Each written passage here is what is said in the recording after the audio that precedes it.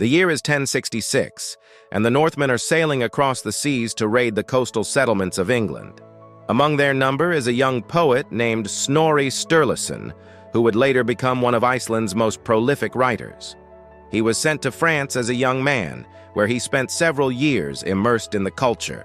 While there, he became familiar with the works of Roman poets like Ovid and Virgil, and when he returned home, he wrote his own epic poem based on their work, which served to introduce classical literature to Scandinavia. This poem is called the Elder Edda, or Poetic Edda, and it contains many of the stories of Norse mythology that we are familiar with today. One such story is the myth of Ragnarok, the doom of the gods. It tells the tale of how the entire Norse pantheon will die during a great cataclysm that will bring about the end of days. In the prose Edda, written by Snorri's son, it tells of the death of Balder, a god of light and joy, who is killed by Loki after he is tricked into embracing a funeral pyre by his blind brother Hoder. So begins the first of the apocalyptic legends that foretold the end of the world. 5. Ragnarok, the Norse end of days. According to the Eddas, Ragnarok was prophesied to begin with a series of ever-worsening natural disasters. There would be 3 consecutive winters without a summer, each one colder than the last. And when the sun's light finally pierced through the clouds, all nature would wither away.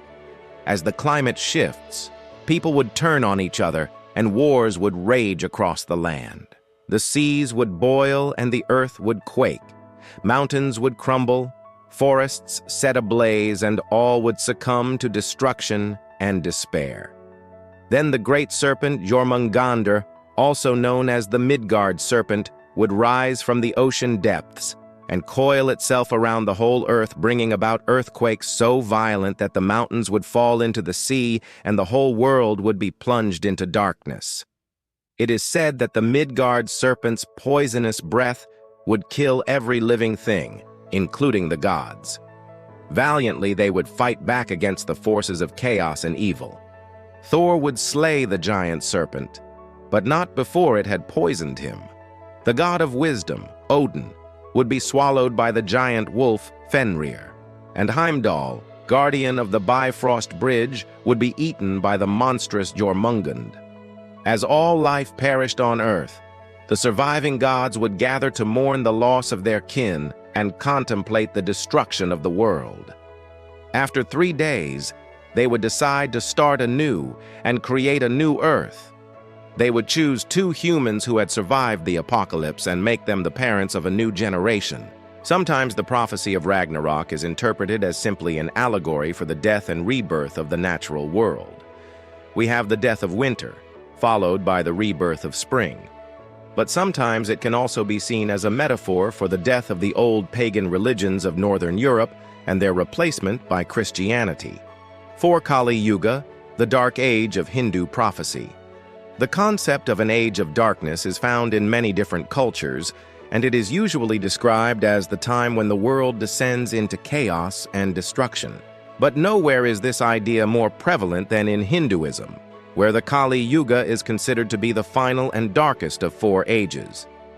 It is said that at the beginning of time, the world was perfect, and humanity lived in peace and harmony. The air was pure, water flowed freely, and everyone was virtuous and wise. This was the Satya Yuga, the Golden Age. Over time, things began to change.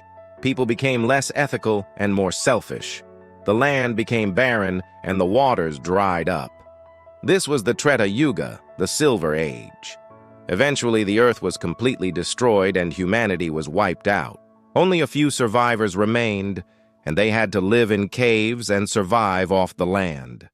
This was the Dwapara Yuga, the Bronze Age. Finally, the world was reborn again. Humanity flourished and multiplied. But now it is clear that these people are destined to repeat the mistakes of their ancestors. It won't be long before they, too, will destroy the world and bring about the Kali Yuga, the Iron Age. According to Hindu tradition, the length of each age is determined by the speed of the planet Jupiter. When Jupiter is at its fastest, its orbit takes only 12 years. During the Satya Yuga, the Golden Age, this cycle repeated itself over and over for thousands of years. But now Jupiter is slowing down, and the length of each age is increasing. The Dark Age is already here. We are currently living in the Kali Yuga. And although we may not know how long we have left until the next cycle begins, it is important to remember that this is not necessarily a time of evil. The word Kali means both darkness and death, but it also means power and liberation. In this age, we have the opportunity to learn from the mistakes of our ancestors and break the cycle of destruction. 3. The Hopi Blue Star Prophecy. The Native American Hopi tribe lives on the Third Mesa in Arizona. They have always considered themselves to be the caretakers of the prophecies, and it is said that their religion is a duty to pass on these messages to the rest of the world. For centuries, the Hopi people have told a story about the coming of the blue star Kachina. They believe that one day the sky will open up and a blue star will fall to the earth. When this happens, it will bring about the end of the world. But not all stars are created equal. The blue star is special because it represents the spirit of the Hopi people. When it appears in the sky, it means that the time has come for them to take action. Before the blue star falls, there will be signs of the coming apocalypse. The oceans will rise and cover the land, bringing about great floods. There will be earthquakes and volcanoes will erupt. And all of the world's governments will fall apart. But when the blue star appears, it will be a sign that the world is being reborn.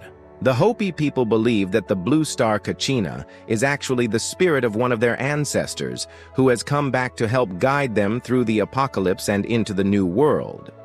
The Hopi people take their prophecies very seriously, and they believe that it is their duty to share them with the world. If the world is going to end, then it is up to them to tell everyone what is coming so that they can be prepared. However, the Hopi people are not a doomsday cult. They do not believe that the end of the world is a bad thing. They see it as an opportunity for rebirth and renewal. They believe that the world has to go through cycles of death and destruction in order to be reborn again.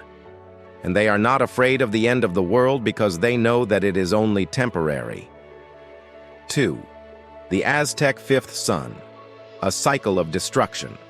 The Aztecs were an ancient Mesoamerican civilization who lived in what is now Mexico. They are known for their impressive cities, their art, and their religion. But perhaps most famously, they are also known for their prophecies. According to Aztec legend, the world has already been destroyed 4 times, and we are currently living in the 5th age. This prophecy tells of a time when the sun will turn black and the world will be consumed by darkness. It is said that this will happen because the Aztecs have lost their connection to the divine. The prophecy warns that if the Aztecs do not return to the true path, then the world will be destroyed again. Every Aztec king took it upon himself to fulfill the prophecy and avoid the destruction of the world. However, in 1521, the Spanish conquistadors arrived in Mexico and conquered the Aztec Empire. Some believe that the prophecy was fulfilled when the old ways were destroyed, and the world as the Aztecs knew it came to an end. Others believe that the prophecy is still yet to be fulfilled, and that the world will end again when the sun turns black. First Revelation, the final judgment. The book of Revelation is the last book in the New Testament of the Christian Bible. It is also one of the most controversial books in the Bible because of its apocalyptic visions and its predictions of the end of the world. The author of the book, John, was a prophet who had a vision of the future while he was exiled on the island of Patmos. In his vision, he saw a series of events that would take place leading up to the end of the world, also known as the apocalypse. These events include the rise of the Antichrist, the Battle of Armageddon, and the final judgment. The main message of the book of Revelation is that no matter what happens in the world, Christians should remain faithful to God. The book is full of warnings about the dangers of sin and the importance of repenting, but it is also a book of hope. because it ultimately predicts the victory of good over evil and the establishment of God's kingdom on earth. The Book of Revelation is one of the most widely read and studied books on the apocalypse and the end of the world. There are many different interpretations of the book, but most Christians believe that it is a prediction of what is to come. Some believe that we are currently living in the time of the end and that the events predicted in the book are beginning to unfold. The question is, are we approaching the end of days? Are these prophecies all referring to the same apocalyptic event? Or are they just stories meant to teach people about morality and spirituality? You decide. And thank you for watching.